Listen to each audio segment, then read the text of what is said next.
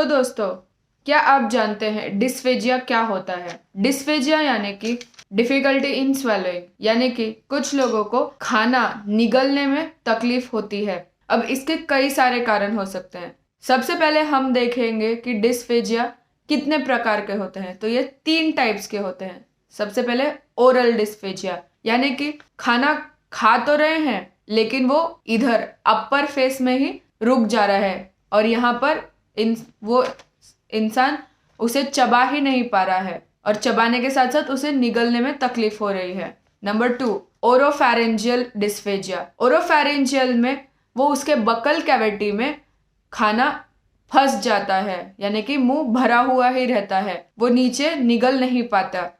Number 3, oesophageal dysphagia, यानी कि खाना निगल गया है, खाना चला तो गया है लेकिन उसके फूड पाइप में यानी इसोफेगस में वो खाना अटक गया है, जिसकी वजह से वो खाना निगल नहीं पा रहा या बाहर निकल रहा है। अब ये किन कारणों की वजह से हो सकता है? तो सबसे पहला, न्यूरोलॉजिकल डिसऑर्डर्स। अगर उसे कोई न्यूरोलॉजिकल प्रॉब्लम है, जैसे कि पैरालिसिस हो गया या फिर कोई पार्किंसन की बीमारी हो गई या स्ट्रोक या पैरालिसिस हो गया ये वोकल कॉर्ड या यहाँ के मसल्स का, तो उस वजह से भी डिस्फेजिया हो सकता है। Number 2, cancer of neck muscles या फिर ट्यूमर।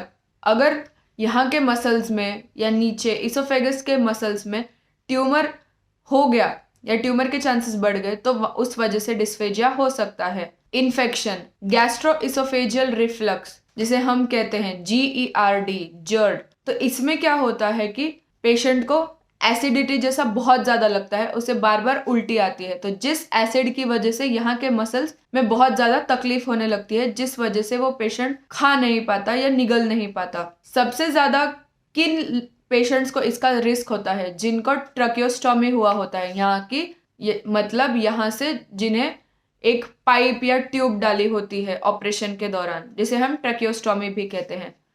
दूसरे रिस्क फैक्टर इसके ये होते हैं कि ये बूढ़े लोगों में जिनकी एज हो जाती है, जिनके यहाँ के स्वॉलोइंग मसल्स वीक हो जाते हैं, उनमें भी ये देखने को मिलता है। और तो और वेंटिलेटरी पेशेंट्स में भी देखने को मिलता है, जो पेशेंट्स वेंटिलेटर पर होते हैं।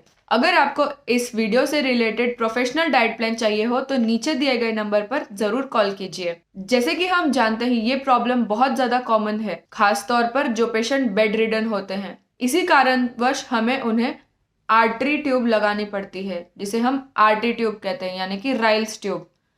ये ट्यूब हमें नोज से पास कर कर उनके स्टमक तक पहुंचानी पड़ती है। तो इसमें हम मेनली फ्लूइड ऐड करते हैं। तो चलिए अब हम देखेंगे कि डिस्फेजिया में हम कौन सी ऐसी चीजें पेशेंट्स को दे सकते हैं जो उन्हें खाने में सहायता भी हो और उनकी हेल्थ भी मेंटेन रहे, साथ ही साथ उन्हें यहाँ उनके मसल्स को भी तकलीफ ना पहुंचे। तो सबसे पहले हमें ये चीज का ध्यान रखना होगा कि हमें उन्हें बहुत ज्यादा सॉफ्ट चीजें देनी है, बिल्कुल भी हार्ड चीजें नहीं देनी है, क्योंकि वो हार्ड चीजें उनके नैरो पोर्शन में तकलीफ दे सकते हैं या अटक जाएंगे। सबसे पहले जो सॉफ्ट चीजें उन्हें देंगे वो है स्टीम्ड वेजिटेबल्स, जैसे कि कैरोट हो गया, ब्रोकली हो गया, यानी कि गाजर और ब्रोकली। इन्हें हम स्टीम करेंगे, इसे पूरी तरीके से मैश करेंगे।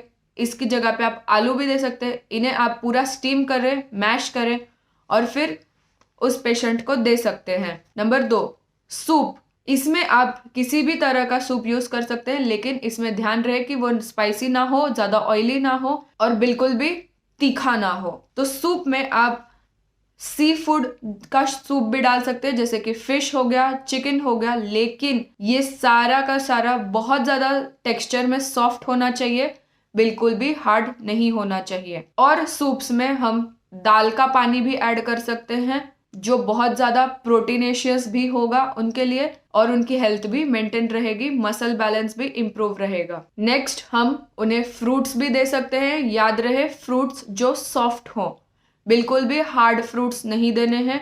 तो सॉफ्ट फ्रूट्स जैसे कि आप बनाना दे सकते हो, पीच दे सकते हो, और कोई भी खट्टा फ्रूट, स्ट्रॉबेरी हो गई या मौसम्बी, संतरा, ये जो फ्रूट्स है, सपोज अगर वो कभी खट्टे होते हैं तो उनका सेवन बिल्कुल भी ना दें। सॉफ्ट प्रोटीन में जैसे कि मैंने बताया, आप दाल का पानी दे सकते हो, साथ ही साथ योगर्ट दे सकते हो और स्क्रैम्बल्ड एग्स भी दे सकते हो, जो बहुत ज़्यादा सॉफ्ट टेक्सचर के होते हैं। और अगर आप कोई भी सब्जी या स्टीम वेजिटेबल्स दे रहे हो तो उन्हें, अगर कोई हार्ड टेक्सचर का है तो उसे आप स्ट्रेन करें, उसे छानिए पूरी तरीके से और उसका पानी आप पेशेंट को दीजिए, जिससे उसे स्वॉलो करने की ज़रूरत भी ना पड़े और वो अपने आप फ्लूइड की तरह चला जाए।